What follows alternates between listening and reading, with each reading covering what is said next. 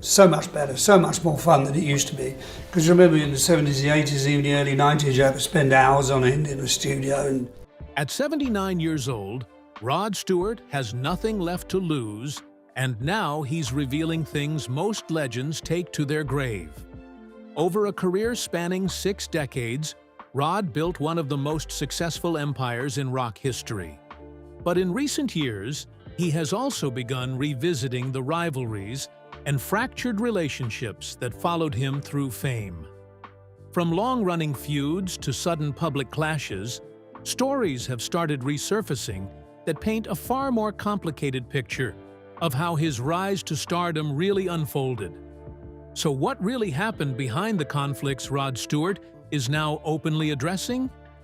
Join us as we uncover the names of people Rod has a major fallout with throughout his career.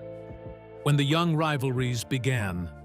Rod Stewart's becoming famous in the late 1960s and early 1970s happened during one of rock music's most competitive eras, when survival in the industry meant constant movement between bands, projects, and creative partnerships. Born in London in 1945, Rod was hungry, ambitious, and fiercely driven to prove himself as more than just another vocalist.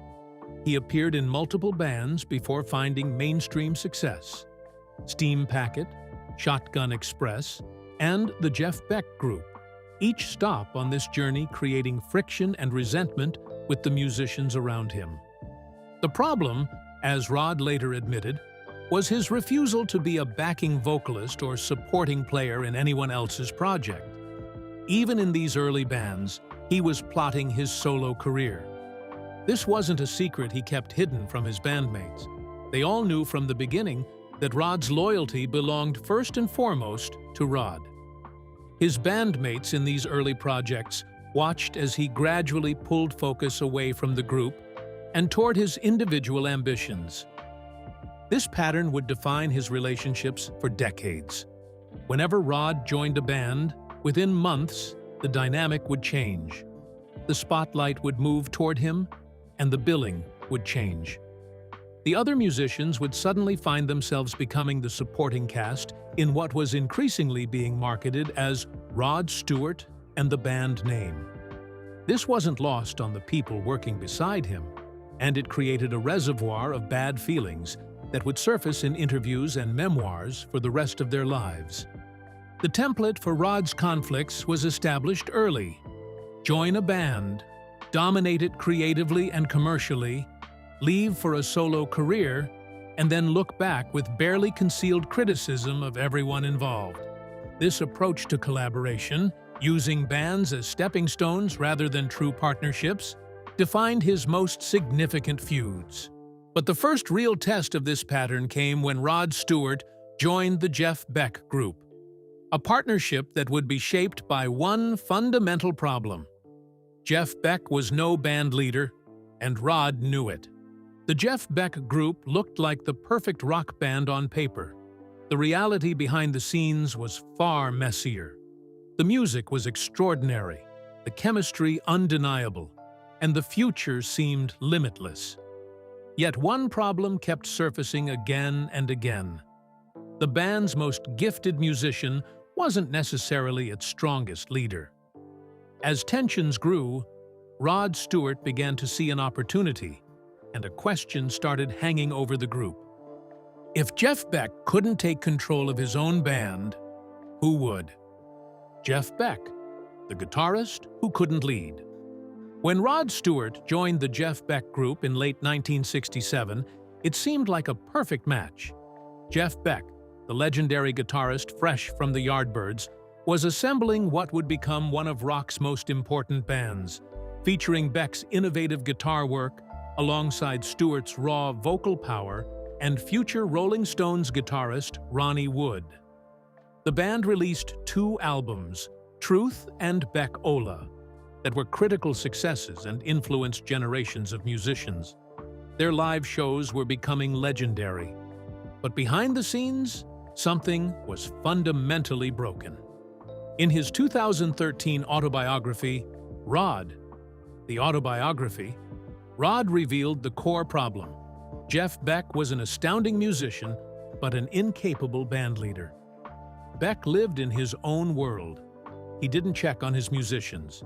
He didn't ensure they were taken care of financially or otherwise.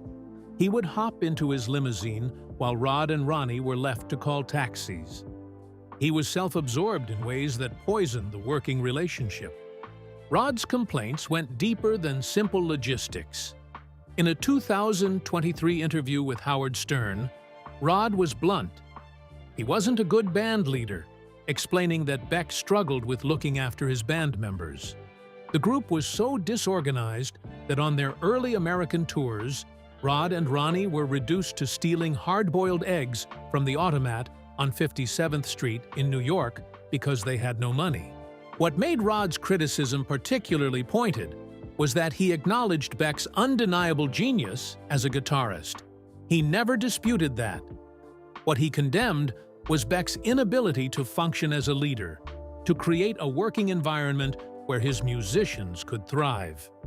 When the Jeff Beck group eventually reunited for a brief tour in the 1980s, and then again in 2009, Rod found Beck still resistant to any arrangement where he wasn't the complete center of attention.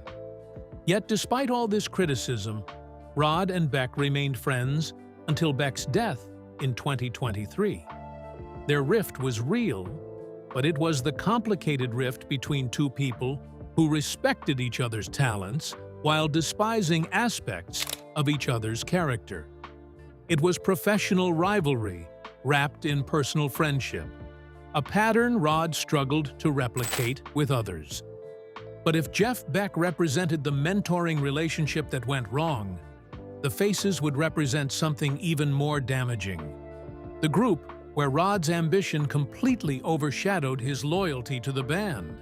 The Faces, when solo success destroys a band. The Faces formed in 1969 after Steve Marriott left the Small Faces, leaving Ronnie Lane, Ian McLagan, and Kenny Jones looking for a vocalist. Ronnie Wood brought Rod Stewart to the table, and despite initial hesitation from the other members, Rod became their new member. For a brief, shining moment in the early 1970s, the Faces became one of Britain's greatest live rock bands. They released 4 classic albums between 1970 and 1973 and represented the raw, uninhibited spirit of rock and roll. The problem was timing. Rod's solo career began almost simultaneously with his joining the Faces, and as his solo albums began to dominate the charts, the band name increasingly became Rod Stewart and the Faces, rather than a true collaborative partnership. This wasn't accidental. This was the conscious branding of a man who understood that his name sold tickets. Rod later claimed that he had energy for both projects, releasing multiple albums per year during the height of the Faces era. But his bandmates didn't experience it that way. They experienced it as Rod using their musicianship to back up his solo vision, as his solo success made the Faces increasingly feel like a secondary project for him. The resentment built year by year.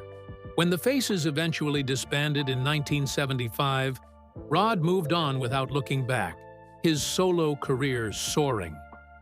Years later, when reunion talks emerged, Rod was critical of the internal obstacles, particularly pointing to keyboardist Ian McLagan as a fly in the ointment who repeatedly blocked reunion plans. To Rod, Ian was being obstructive. To Ian, he was protecting the Small Faces' legacy from being completely subsumed by Rod Stewart's solo mythology. What's telling is how Rod spoke about his bandmates after the Faces broke up. He praised drummer Kenny Jones as the only professional in the Faces, a backhanded compliment that insulted the others. About drummer Kenny Jones, he would say he was the only one he'd want in his future touring bands, implying that the others weren't serious musicians. His resentment toward Ian specifically intensified with time, and he didn't mince words even after Ian's death, saying the keyboard player had been a major obstacle to the band's reunion. Rod claimed that he loved those guys, and that he would have stayed with the Faces forever. But his actions told a different story. The moment his solo career offered a bigger opportunity, he had positioned himself above the band. The Faces members had to either accept being Rod Stewart's backing band or feel resentful about it. Most chose resentment. But the Faces' conflict was personal and professional. The feud with Elton John would be something entirely different. A 50-year rivalry between two titans of rock that nearly destroyed what should have been a friendship. What began as playful teasing between two young musicians would eventually turn into one of rock's longest-running feuds. For years, Rod Stewart and Elton John traded jokes, insults, and nicknames that fans dismissed as harmless banter. Yet beneath the humor was a competitive streak that neither man could fully let go of.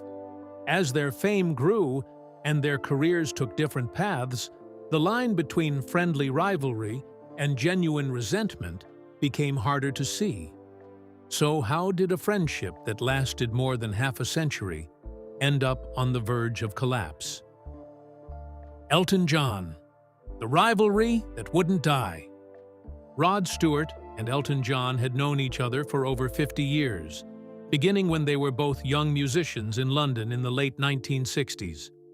They were contemporaries, rivals, and occasional friends. Their rivalry had always been playful on the surface. They even had affectionate drag nicknames for each other. Elton was Sharon, and Rod was Phyllis. For decades, this seemed like healthy competition between two artists in the same sphere. But the playfulness masked very deep tensions. The initial conflict began when Rod covered Elton John's song Country Comfort, but changed the lyrics completely, which Elton found infuriating and complained about extensively in the press. Over the decades, they traded insults and jabs, never quite letting the other get a clean win. Then, in 2018, Elton John announced his Farewell Yellow Brick Road Tour, a 3-year retirement tour that was estimated to gross over $900 million. And Rod Stewart, appearing on television, called it not rock and roll and accused Elton of being a money grabber, suggesting the retirement tour was dishonest because Elton just wanted to extend his earning potential.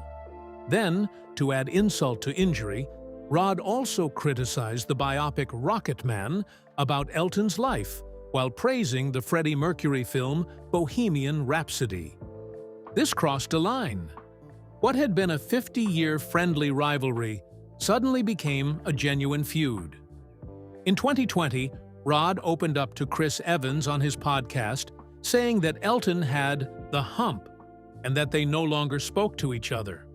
Rod claimed he had tried to heal the rift by inviting Elton's sons to come play football at his Essex home, but that Elton never responded.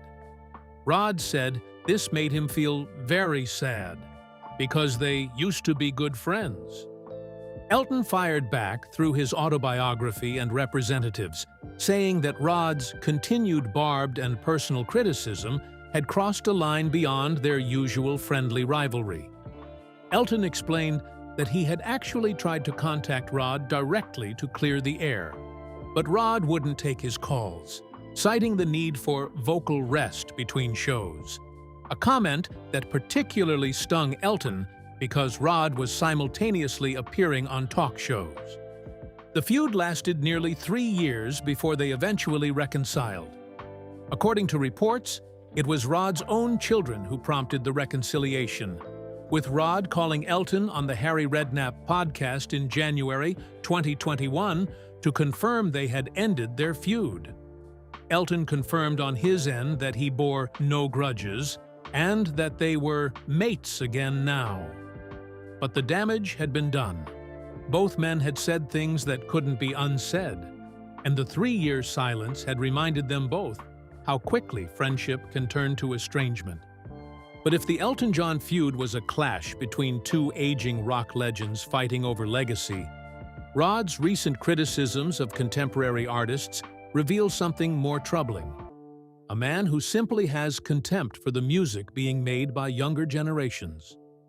Modern contempt. the artist who hates modern music.